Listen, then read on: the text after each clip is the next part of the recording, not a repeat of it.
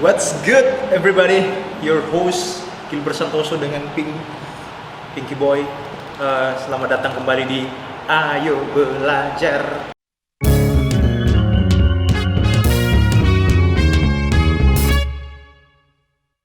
Hari ini kita akan melihat tentang beberapa pertanyaan, nggak beberapa juga sih. Pertanyaan yang biasa mungkin ditanyakan oleh orang-orang yang meragukan bukan hanya kekristenan, tapi meragukan tentang agama, terutama kekristenan, bahwa kan kita percaya Allah mengasihi dunia, Allah itu kasih dan Dia Maha Kuasa. Kalau memang Dia kasih dan Dia Maha Kuasa, lantas kenapa Allah tidak menyelamatkan semua orang? Kenapa Allah hanya menyelamatkan orang yang percaya saja? Nah, kita akan melihat tentang hal itu. Nah, yang pertama yang perlu kita perhatikan adalah bahwa kita sebagai manusia diberikan kehendak bebas, atau yang dalam bahasa teologinya itu free will, di mana Allah membebaskan bagi manusia untuk melakukan apa yang diinginkan hatinya atau yang bisa dilakukan oleh kita sebagai manusia. Buktinya ketika di Taman Eden, Allah membiarkan manusia untuk mengelola dan mengatur Taman Eden. Tetap ada aturannya, tapi manusia bisa memilih. Dan buktinya manusia memilih untuk melakukan dosa.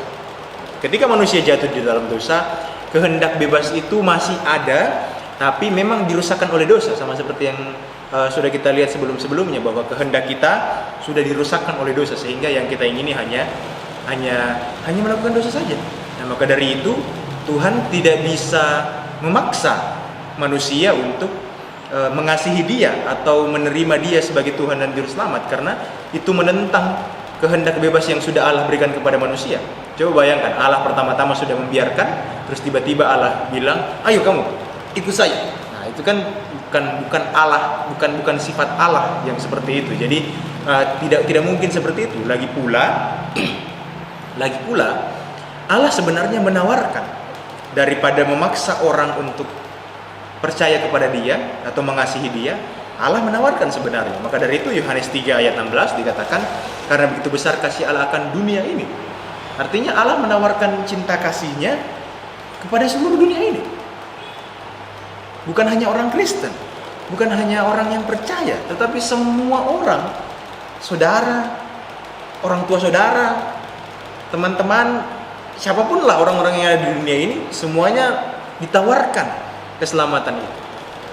Sehingga yang menerimanya memperoleh keselamatan, memperoleh pengharapan. Tapi keselamatan itu ditawarkan secara universal kepada seluruh dunia ini, kepada semua orang yang ada di dunia ini.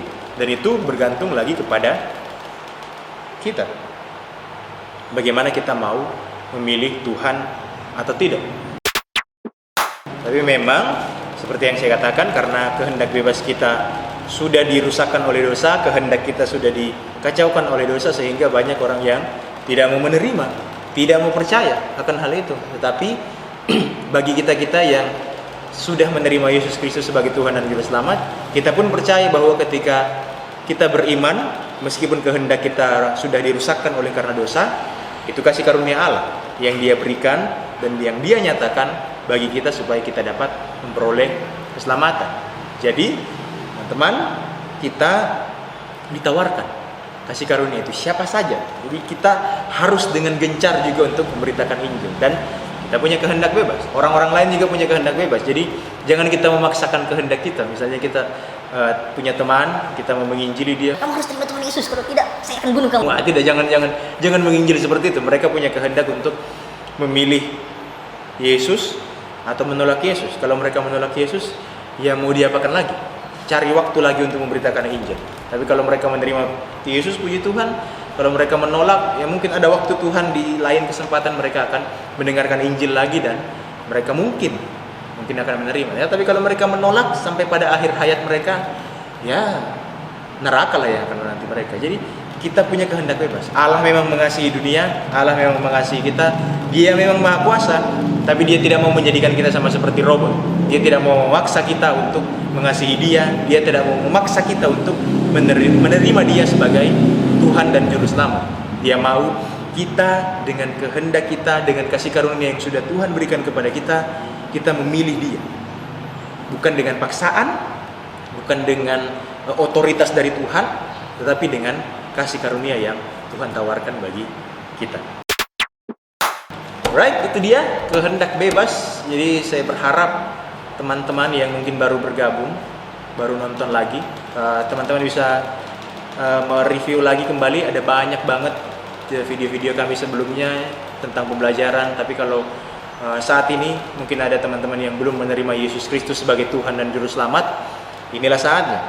Biarkanlah kehendak kita memilih Yesus sebagai Tuhan, sebagai Juru Selamat kita, supaya kita memperoleh hidup yang kekal. Jangan lupa komen, like, subscribe, share, dan juga nyalakan notifikasi supaya kalian tidak ketinggalan video-video selanjutnya. Dulu Santoso pamit. God bless you all.